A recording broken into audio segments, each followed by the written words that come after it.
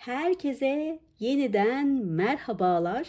Hepiniz hoş geldiniz. Umarım görüşmeyeli çok iyisinizdir, her şey yolundadır.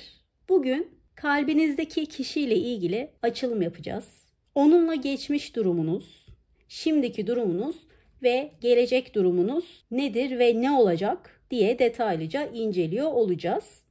Bakalım geçmişte size karşı niyeti neydi, hisleri neydi, şu anda ne durumda, nasıl hissediyor, bir değişiklik var mı amacında ve hislerinde ve geleceğiniz var mı, gelecekte neler olacak, gelecekte size karşı hisleri nasıl değişecek, niyeti ne olacak gibi soruların cevaplarını tarot rehberliğinde arayacağız. 3 farklı destem var yine, üstlerinde objeler var. Birazdan ekrana yakın çekimleri gelecek. Daha rahat görürsünüz. İlk objemiz, ilk destemizde Kapadokya objemiz var. Türkiye'den. İkinci destemizde Hollanda simgesi var. Ve üçüncü destemizde de Atina simgesi olan objemiz var. İster destelere göre, isterseniz objelere göre bir deste seçin. Ardından hemen başlayalım.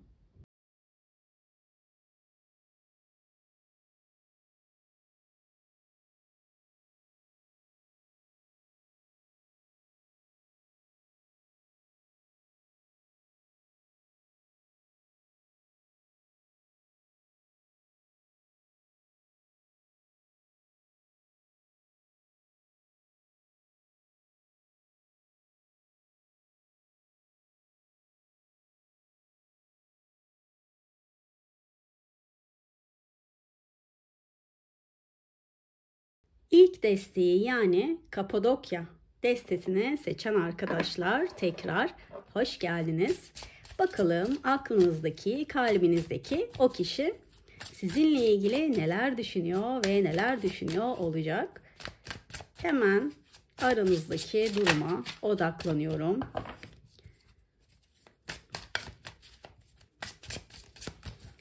Birinci desteği seçenler için en doğru cevapları almaya niyet ediyorum.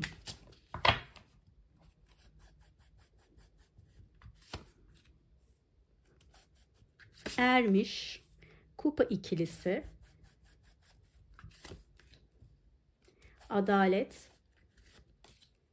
kader çarkı, değnek dörtlüsü ve imparator kartımız geldi. Çok güzel geldi yalnız arkadaşlar. Geçmişte, şu anda, gelecekte çok güzel geldi. Geçmiş belki de neden güzel geldi diye sorguluyor olabilirsiniz. Birazdan açıklayacağım. Bu desteden de biraz daha derinlere inelim. Sizler için en doğru cevapları almaya niyet ediyorum.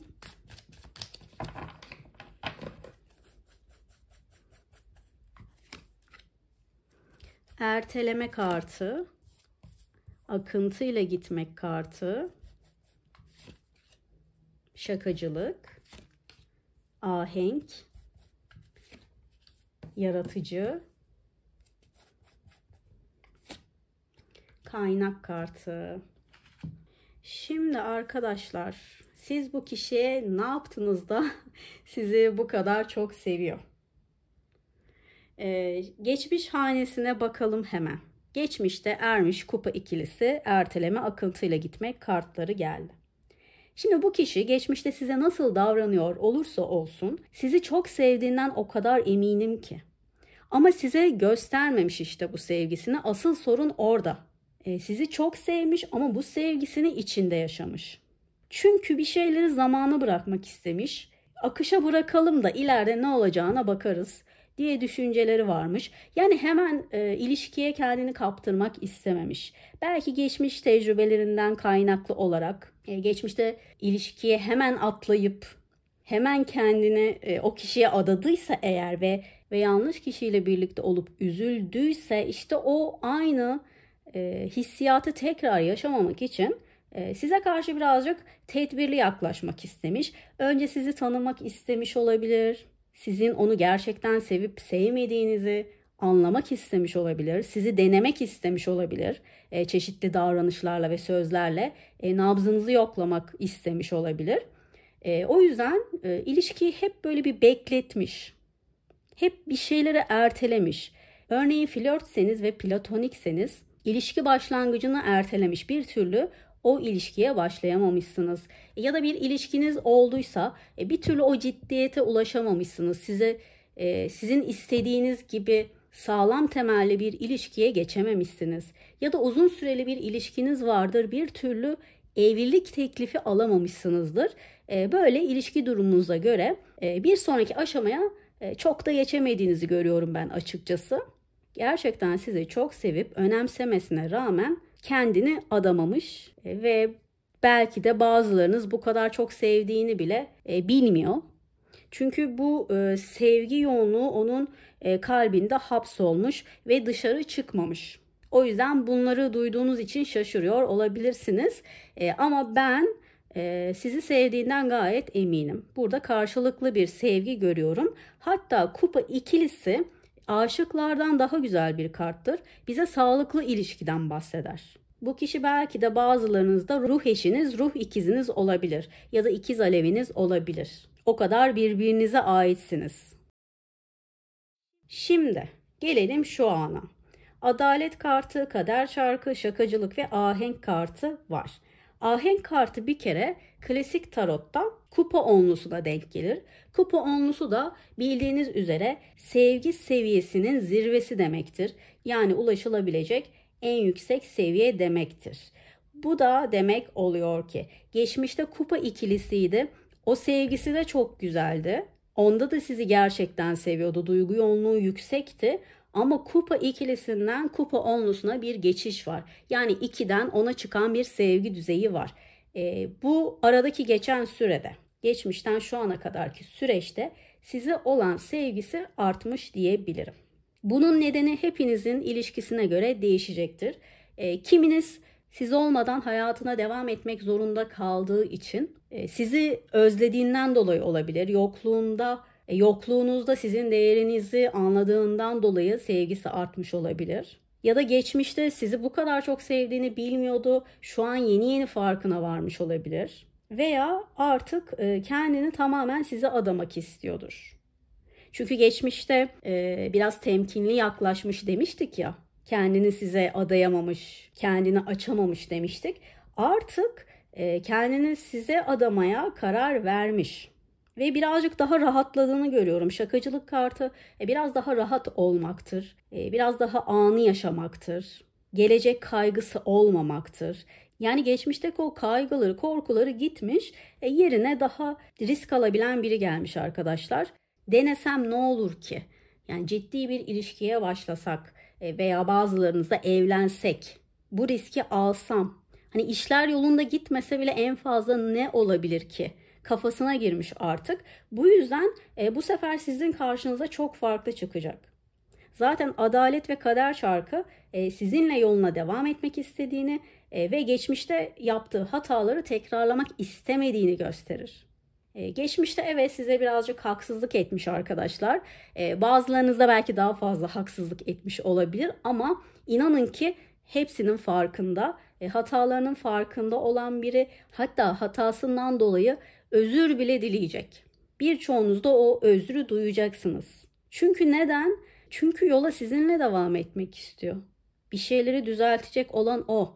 Bir şeyleri ilerletecek olan o. Bundan dolayı şu anki durumunuz ne olursa olsun ilişkiyi bir adım ileriye götürecek kararlar alacak ve bunu siz de yakında duyacaksınız.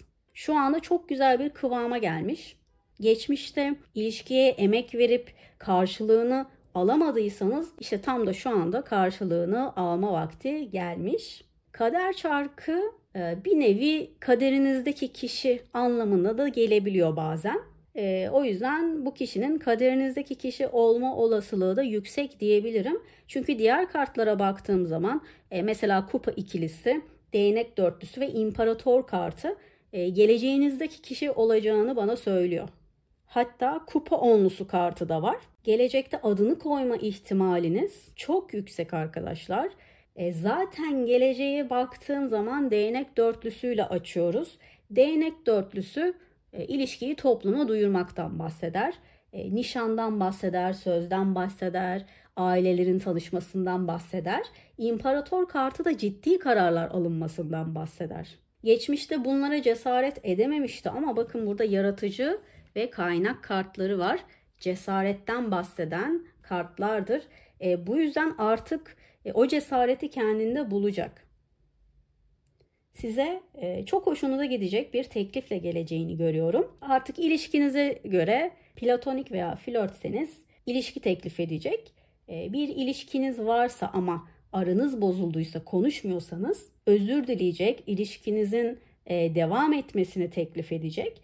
Ama sevgililik geçmişiniz varsa, bir süredir onunla birlikteyseniz evlilik teklifi edecek olabilir. Onunla yakın bir zamanda sözlenecek veya nişanlanacak olabilirsiniz. Çünkü bu kişi çok net bir şekilde söyleyebilirim ki sizinle ciddi düşünüyor. Hatta ben burada kartların geneline baktığım zaman bazı yanlışları olsa da genel olarak düzgün ve efendi bir insan olduğunu görüyorum. Tam evlilik insanına benziyor. Evlendiğiniz zaman size güzel bir eş olabilir, güzel bir ebeveyn olabilir. Böyle bir enerji alıyorum bu kişiden. Yani arkadaşlar gönül rahatlığıyla söyleyebilirim ki bu kişi geleceğinizde olacak kişi. Kader yolunuzda bu kişiyle devam ediyorsunuz. Hatta belki de çocuğunuzun babası veya annesi olacak kişi bu kişi. Bakın imparator zaten baba enerjisidir bir nevi. Hemen değnek dörtlüsünün de yanında geldiğine göre çocuğunuzun babası veya annesi olacak. Böyle bir anlam çıkarabiliriz.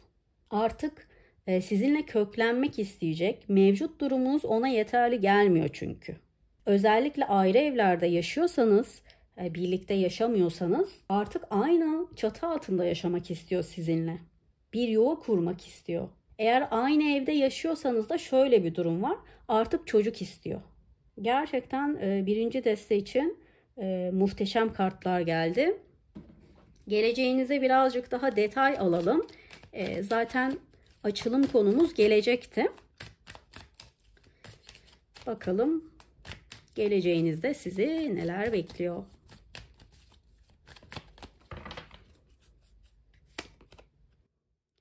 Yeni aşk kartımız geldi arkadaşlar. Kiminizde aşkınız yeniden canlanacak. Kiminizde de gerçekten yeni bir aşka başlıyorsunuz onunla. İlişki durumunuz dediğim gibi hiç fark etmez. Eller şu şekilde kavuşuyor. Belki bazılarınız umutsuz olarak görüyordur ilişkisini.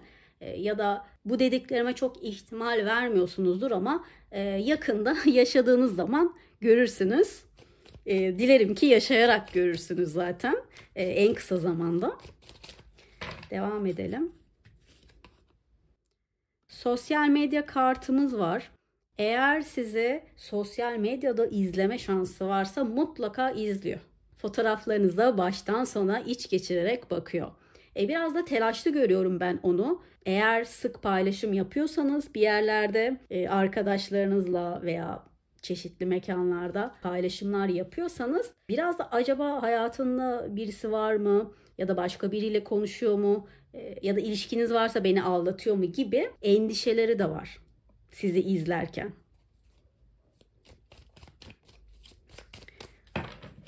Bu kişi sizi gerçekten seviyor arkadaşlar ve o kadar güzel bir sevgi ki anlatılmaz yaşanır.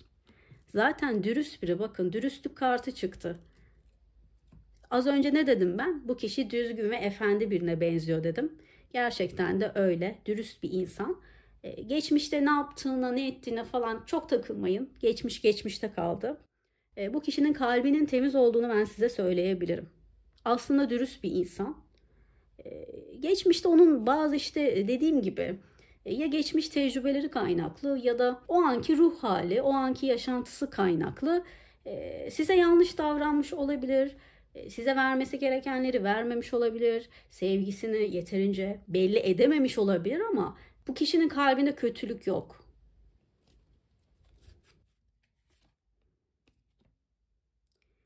Zaten özleme ve düşünme kartı çıktı. Eğer şu anda konuşmuyorsanız sizi özlüyor diyebilirim.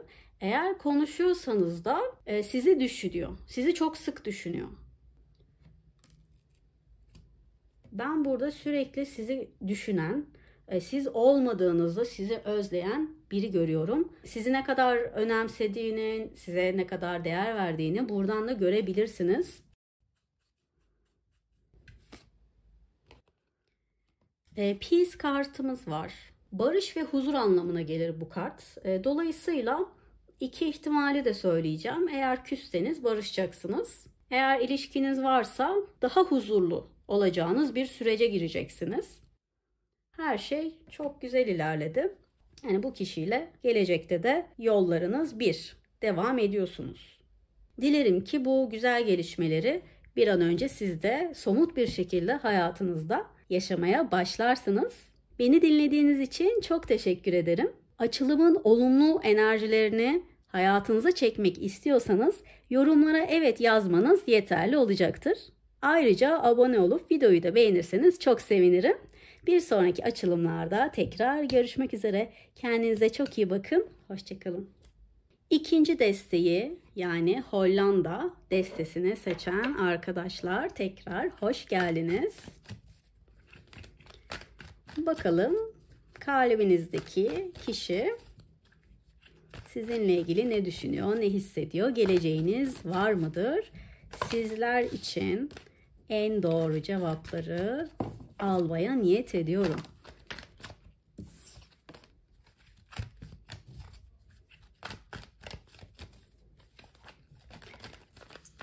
Haydi başlayalım.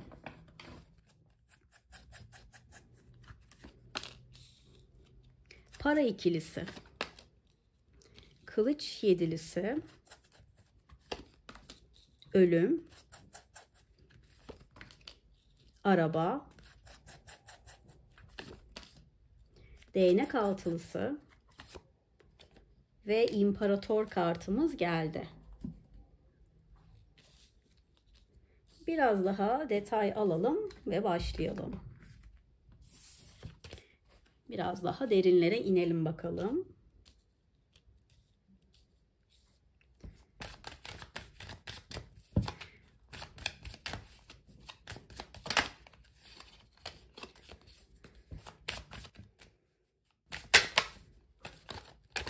Evet, sizler için en doğru cevapları almaya niyet ediyorum. Yaratıcı kartımız geldi. Şakacılık. Akıntıyla gitmek. Ahlak kartımız geldi. Ödün kartımız var. Ve başarı kartımız var.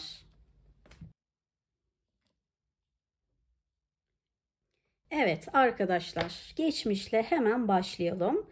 Geçmişte durumunuz birazcık tatsız geçmiş gibi. Çünkü para ikilisi, kılıç yedilisi, yaratıcı ve şakacılık kartımız geldi. Şimdi kılıç yedilisi özellikle yalanlardan, dolanlardan, ihanetlerden, manipülasyonlardan bahseder. Çok can sıkıcı bir karttır. Yani geçmişte size olan davranışları çok kırıcıymış. Para ikilisiyle zaten bu ilişkiden hiçbir zaman emin olamamış. Daha ilişkiye başlamadıysanız ilişkiye başlayıp başlamama noktasında kararsız kalmış. Bir ilişkiniz varsa ciddi ilişki olup olmayacağı konusunda kararsız kalmış. Hani uzun süreli bir ilişkiniz varsa da evlenip evlenmeyeceğiniz konusunda kararsız kalmış bu kişi. Bu kararsızlığını da size çeşitli yollarla göstermiş aslında. Kimileriniz bunu fark etti, kimileriniz sevgisinden dolayı fark edemedi. Bazen fazla sevgi gözümüzü boyayabiliyor. Aşkın gözü kördür derler, bilirsiniz. Birini çok sevdiğiniz zaman o kişinin belki bazı huylarını görüyorsunuz ama tolere ediyorsunuz, görmezden geliyorsunuz. Ben burada size dürüst davranmamasının yanı sıra ilişkiyi de hafife aldığını görüyorum. Çok fazla sizin üstünüze düşmemiş biri var burada. Ne yazık ki geçmiş gerçekten kasvetli gözüküyor. Bir hayli kırılmışsınız belli ki. Canınız sıkılmış, üzülmüşsünüz, ağlamışsınız. onun manipülasyonlarıyla uğraşırken belki yaşama sevinciniz düştü, belki özgüveniniz düştü, belki hayata karşı motivasyonunuz düştü. O kendini bulmaya çalışırken sizden de bir şeyleri alıp götürmüş sanki. Geçmişte gayet sinsi davranmış, birçok şeyi sizden saklamış olarak gözüküyor. Bu kişi narsist biri olabilir arkadaşlar. Günümüzdeki en tehlikeli insan türlerinden olan ve birçoğumuzun karşılaşıp baş etmek zorunda kaldığı insan türü. Sizler de onlardan illallah ettiniz biliyorum. Onlardan bir tanesi de maalesef bu kişi. Geçmişin boğucu havasından artık çıkalım isterseniz. Gerçekten o kötü enerji bana bile geldi şu anda. Şimdi gelelim güzel haberlere. Tabii ki hep böyle kalmayacak. Hayat hep üzüntülü bir şekilde gitmez. Hiçbir şey sonsuza kadar sürmez. Elbette mutlu olacağınız anlar da gelecek. Ki gördüğüm üzere şu ana geçtiğim zaman ölüm kartının hemen yanında araba kartı var. Yani bitmiş bir şeyin tekrar canlanması, tekrar harekete geçmesi demektir.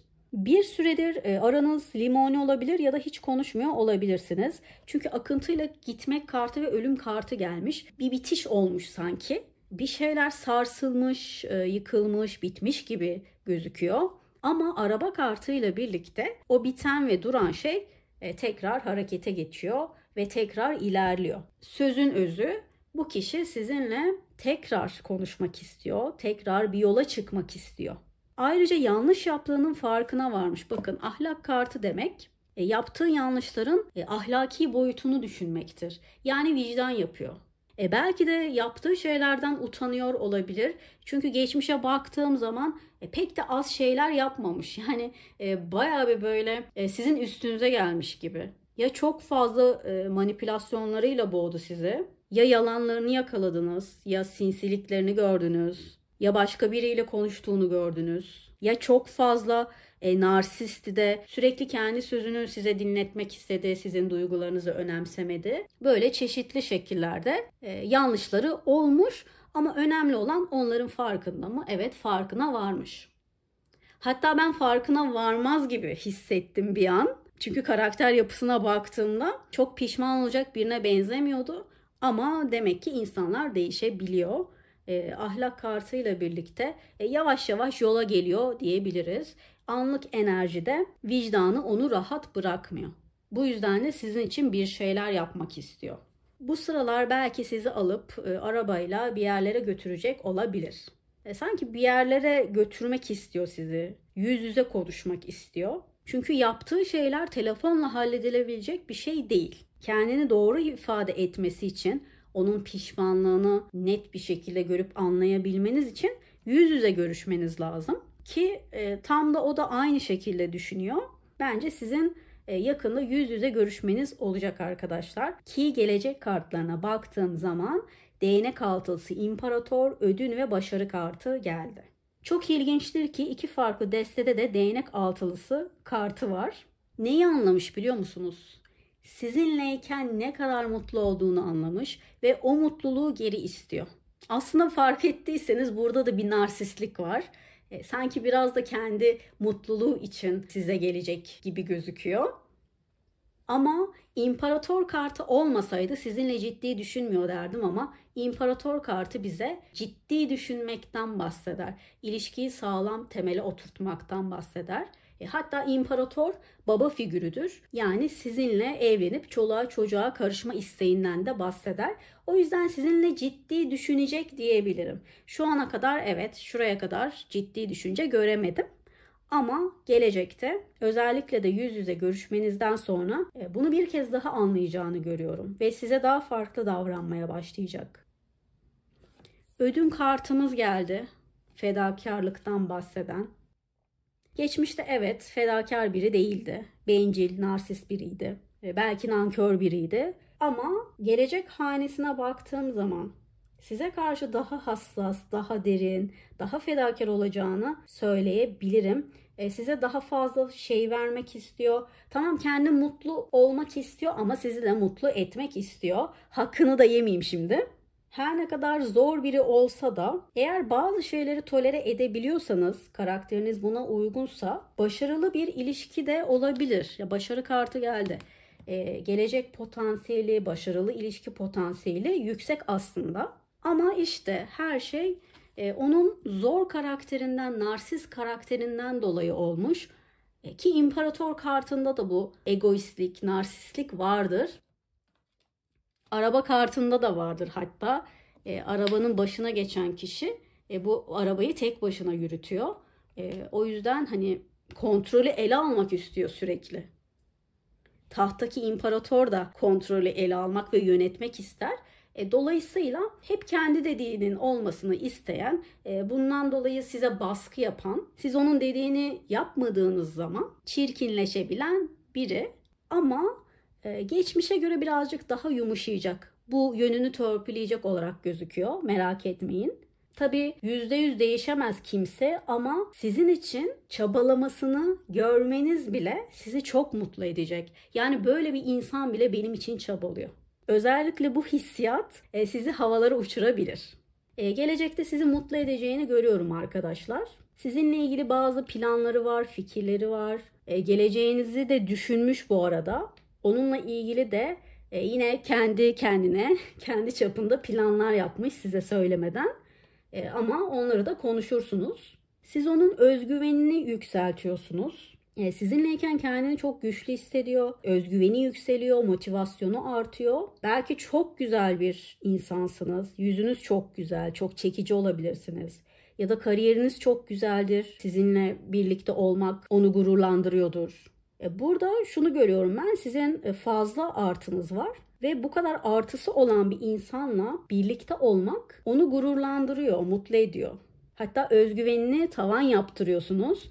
Zaten özgüveni bayağı bir yüksek olan bu kişi sizinleyken özgüveni arşa çıkıyor diyebilirim. Geleceğinize birazcık daha detaylı bakalım şu desteden. Zaten açılımın konusu geleceğinizde. Bakalım gelecekte sizi neler bekliyor.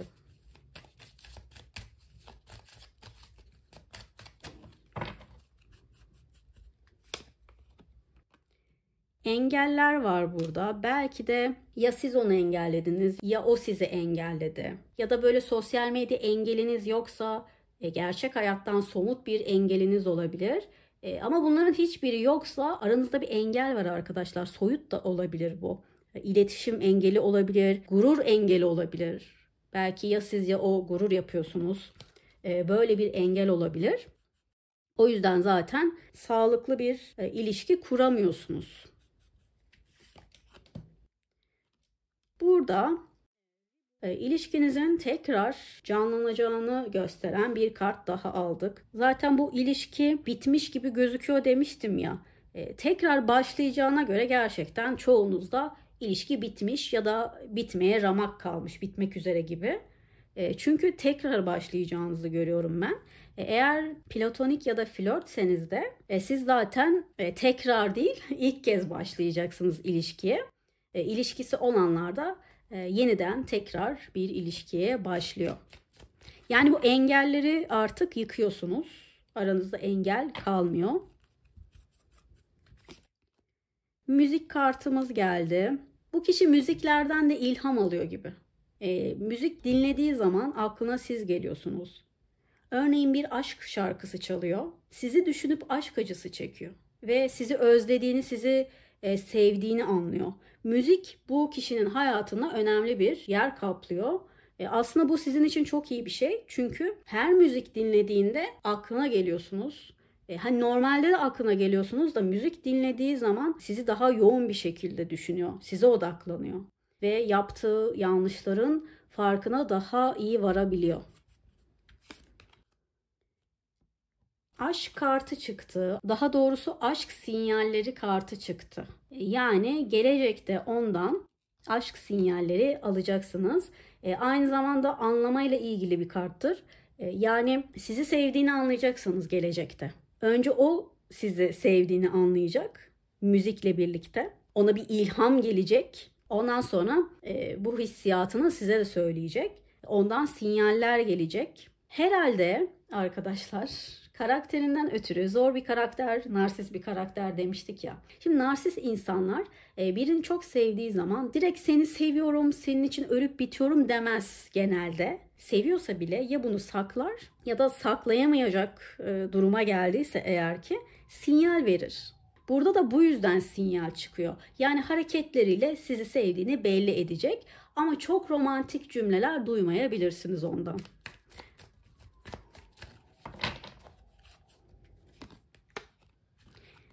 Change kartımız geldi. Değişim kartı artık kendine bir çeki düzen verecek. Zaten değiştiğini görmüştük ya, gelecekte daha fedakar olacak. Size daha farklı davranacak, daha iyi davranacak. Gerçekten de kendini değiştirmek istiyor. Bence o da kendinden memnun değil. Kendiyle mutlu değil. Zaten o yüzden zor bir karakter. Kendiyle barışık olan insanlar kendiyle mutludur. Dolayısıyla böyle insanlarla sevgili olduğunuz zaman siz de mutlu olursunuz. Ama bu kişide olduğu gibi kendini sevmeyen, sevgi nedir bilmeyen bir insanla birlikte olursanız ve siz sevgiyi bilen bir insansanız, kendinizle barışık bir insansanız, işte orada çarpışmalar oluyor. Birbirinizi anlamıyorsunuz. Çünkü hani kendiyle barışık olmayan bir insana nasıl kendini sevdirebilirsiniz ki? Bu biraz da insanın kendiyle alakalı bir şey. Öğretilen bir şey değil, yani bir eğitimi yok bunun. O yüzden kendinin yeni farkına varan, kendini yeni keşfeden bir insan olduğunu görüyorum. Ben narsistliğin kendini sevmemekle alakalı olduğunu düşünüyorum. Bu yüzden zaten anlaşamamışsınız. Gelecek adına böyle çok büyük değişimler, işte evleniyorsunuz, çoluğa çocuğa karışıyorsunuz, her şey çok güzel gidiyor diyemiyorum ama bu kişinin değişeceğini çok net bir şekilde söyleyebilirim size. Geçmişteki o kırıcı hareketlerini fazla görmeyeceksiniz artık. Çünkü kendini değiştirmeye karar vermiş, dönüşmeye karar vermiş. Belki bir sonraki açılımlarda çok daha güzel, çok daha gelecek odaklı işaretler alırız.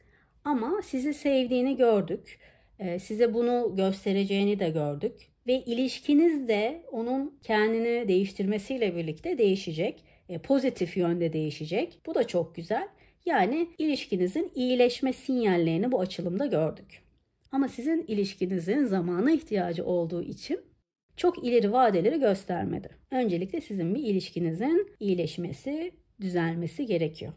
Ama düzelecek, merak etme. Şu anda durum ne kadar umutsuz gözükürse gözüksün size ulaşacak. Aranızı düzeltecek. Ve ciddi düşünceleri de var. Sadece o ciddi düşüncelerini hayata geçirmesi için ona birazcık zaman tanımanız gerekiyor. O zamanı ona tanırsanız daha ileriki bir zaman için gelecek vadeden bir ilişki olduğunu söyleyebilirim.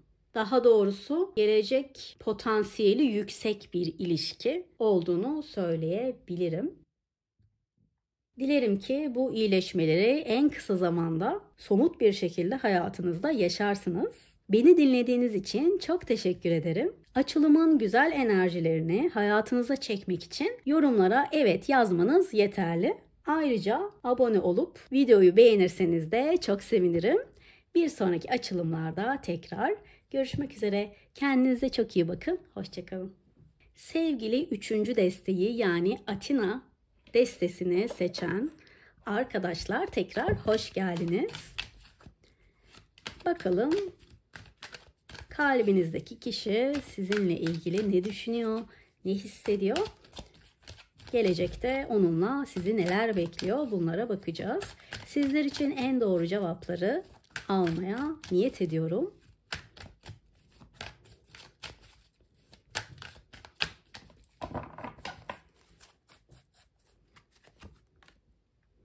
Değnek kralı, değnek kraliçesi,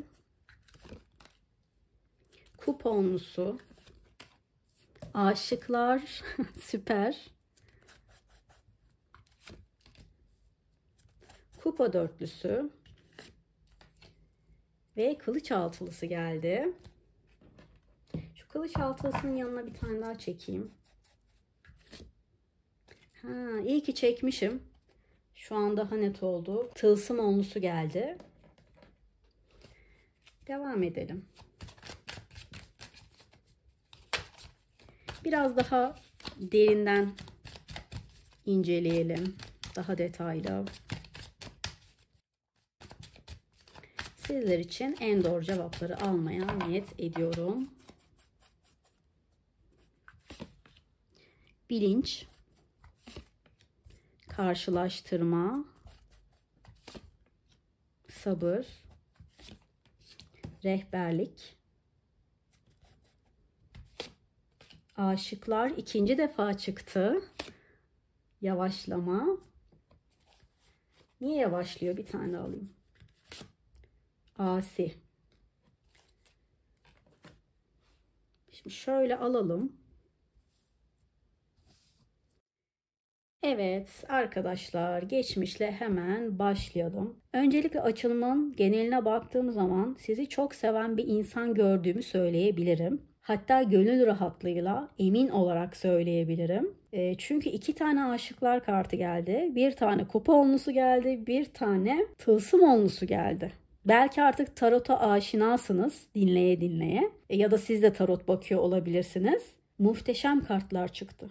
Ama geçmişe baktığım zaman değnek kralı ve değnek kraliçesi geldi. Ama bakın, biriniz sizsiniz, biriniz o. Başlarınız farklı yönlere bakıyor.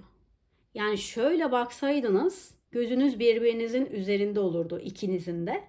Ama şöyle baktığınız için, farklı yönlere baktığınız için bu ilişkide ya birinizin ya da ikinizin de odağı başka yerdeymiş.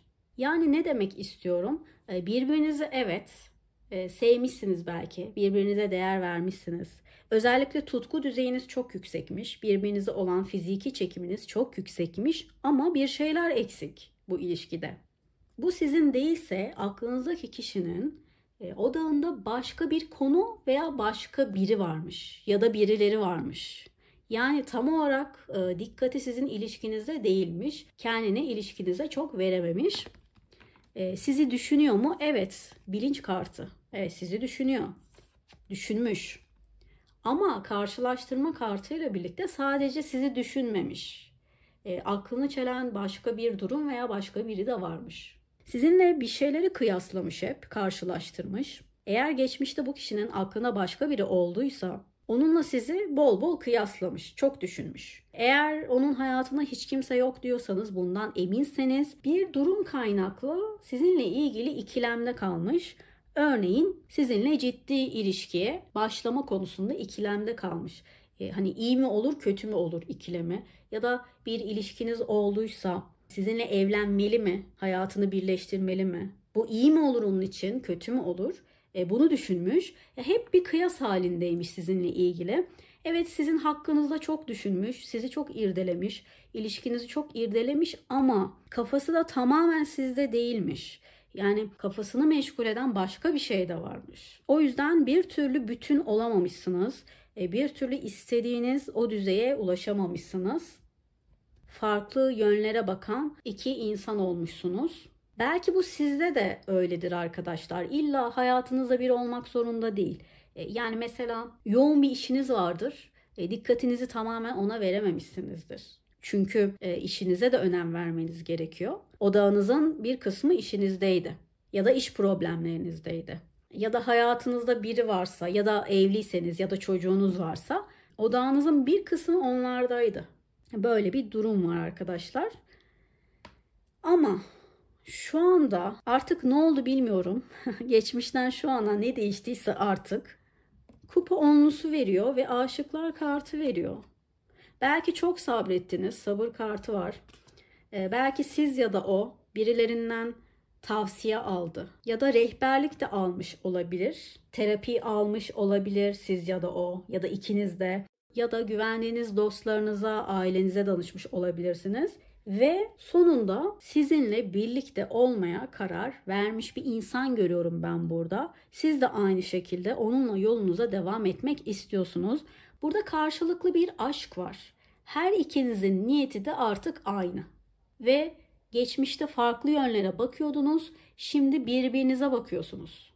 Bu ayrılık, bu uzaklaşma yetti artık der gibisiniz. Ama düzelecek, merak etmeyin. Belki çok sabrettiniz, çok çabaladınız. Geçmişte çabalarınızın karşılığını alamamış olabilirsiniz. Ama artık devran sizin için dönüyor. Sadece sevgili olmakla kalmayacaksınız. Burada bir birleşme var. Eğer ayrıysanız tekrar birleşeceksiniz. Hiç ilişkiniz olmadıysa ilişkiye başlayacaksınız. İlişkiniz varsa da evleneceksiniz diyebilirim. Ama burada ilişki durumunuz ne olursa olsun kaderinizdeki kişi olma olasılığı çok yüksek. Çünkü birbiriniz olmadan yapamıyorsunuz. Birbirinize çok yoğun bir şekilde çekiliyorsunuz. Geçmişte bu birazcık daha fiziksel düzeydeydi. Daha tensel çekiliyordunuz. Ama şu anda fizikselin yanında bir de duygusal olarak da çekim var. Ve bu duyguların birden ona çıkması, yani birden zirveye ulaşması gerçekten şaşırtıcı ama bir o kadar da çok güzel. Zaman her şeyin ilacı derler. Bu zaman ikinize de çok iyi gelmiş. Belki bunları yaşamanız gerekiyordu her şeyin güzelleşmesi için. Birbirinizin değerini daha iyi anlamanız için, birbirinizi sevdiğinizi anlamanız için geçmişte yaşadığınız kötü tecrübeleri yaşamanız gerekiyordu. Ama bakın artık aşk vakti, hatta bir kısmınız için de evlilik vakti diyebilirim. Sizi gerçekten çok seviyor ve çok istiyor. Şu anda bile yoğun sevgisini görebiliyorum. Gelecekte ne olacak peki? Gelecekte bir aşıklar kartı daha alıyorum. İnanılmaz yoğun bir istek, inanılmaz yoğun bir aşk duygusu var. Tutkular çok yüksek. Ama burada bir yavaşlama kartı var. Onun yanına bir kart çektim. Neden bu yavaşlama? Çünkü birbirinizi çok seviyor ve çok istiyorsunuz. Ama niye bu kadar ağırdan alıyor? Asi kartıyla birlikte onun karakterinden dolayı yavaş hareket ediyorsunuz. Kendisi ağır hareket eden bir insan, temkinli yürümek isteyen bir insan. Geleceğe baktığım zaman kupa dörtlüsü, kılıç altılısı geldi. Bu iki karta baktığım zaman acaba bitti mi diye bir korktum. Ama yanına bir kart daha çektim çünkü hani bu kadar yüksek sevgi düzeyinden sonra nasıl bitebilir ki diye düşündüm. Ama bitiş değil. Çünkü tılsım onlusu geldi. Bitiş değil de bakın geçmişin hareketsizliği, pasifliği, kasvetli enerjisi bitiyor. Eskiyi bırakıyorsunuz.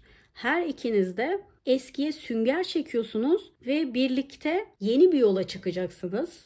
Ve bu yol ne yolu? Dediğim zaman da bakın evlilik yolu çıkıyor. Hem de bu sefer daha mantıklı atılacak adımlarınız var. Geçmişte ikinizin de yanlışları olmuş birbirinize ama her ikiniz de bu yanlışların farkındasınız. Neden olmadığının, neden yürümediğinin farkındasınız ve onlardan vazgeçeceksiniz. Her ikiniz de evlenmek, aile kurmak istiyorsunuz. Birlikte mutlu olmak istiyorsunuz. Geleceği birlikte inşa etmek istiyorsunuz. Bu yönden baktığımız zaman artık aynı niyetler içerisindesiniz. Aynı istekler içindesiniz. Ona belki çok az bir zaman tanımanız gerekiyor. Şu yavaşlama kartı olmasaydı hızlı bir şekilde yol alacaksınız diyebilirdim ama nedense bir şeyleri ağırdan almak istiyor. Belki mükemmeliyetçi biridir. Her şeyin mükemmel olmasını istiyordur. Belki çok plancı biridir. Her şeyin belirli bir plan çerçevesinde hareket etmesini istiyordur. Risk almayı sevmiyordur. Niyeti ciddi ama sizi çok kısa bekletebilir. Asi kartı bu arada klasik tarotta imparator kartıdır.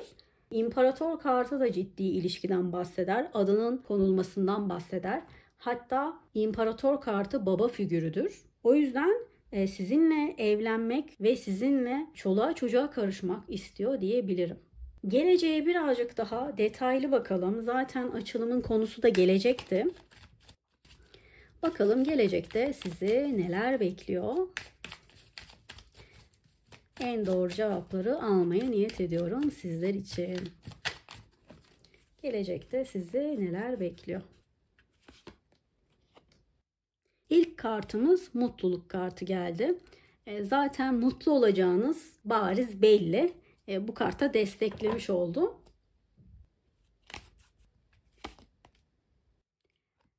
Özgürlük kartımız geldi. Yani geçmişten özgürleşeceksiniz. Bu geçmişten bahsediyordur çünkü burada da aynı tema geldiği için. Ne demiştik? Geçmişe sünger çekeceksiniz. Geçmişten özgürleşeceksiniz. Yeni bir yola çıkıyorsunuz artık. Böyle bir karar alacaksınız. Bence onun yeni hali sizi çok şaşırtacak. Muhteşem bir dönüşüm var çünkü. Yolculuk kartı geldi. Aslında kılıç altılısında da yolculuk teması var. Birlikte yola çıkacak olabilirsiniz. Bu yolculuk size iyi gelecek olabilir.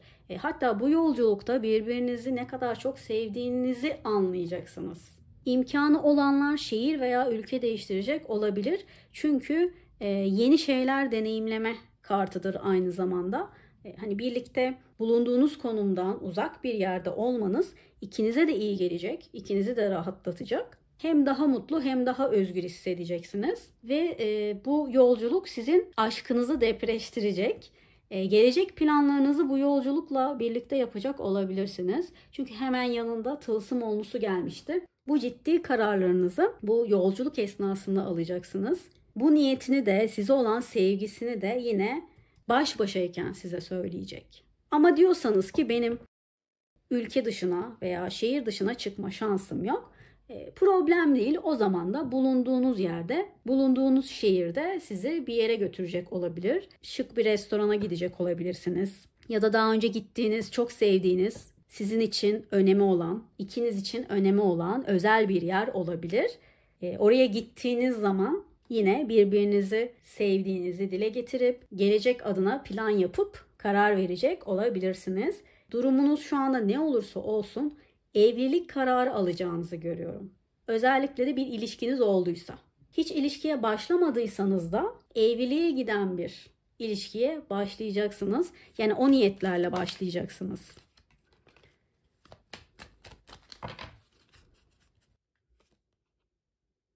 Burada gizli hayranlık kartı var. Bu kişi size hayran ama bunu içinde yaşıyor gibi. Yani size gösterdiğinden daha çok seviyor sizi. Size karşı bir zaafı var. Size hayran ama hepsini göstermiyor. Bazı duygularını içinde yaşıyor.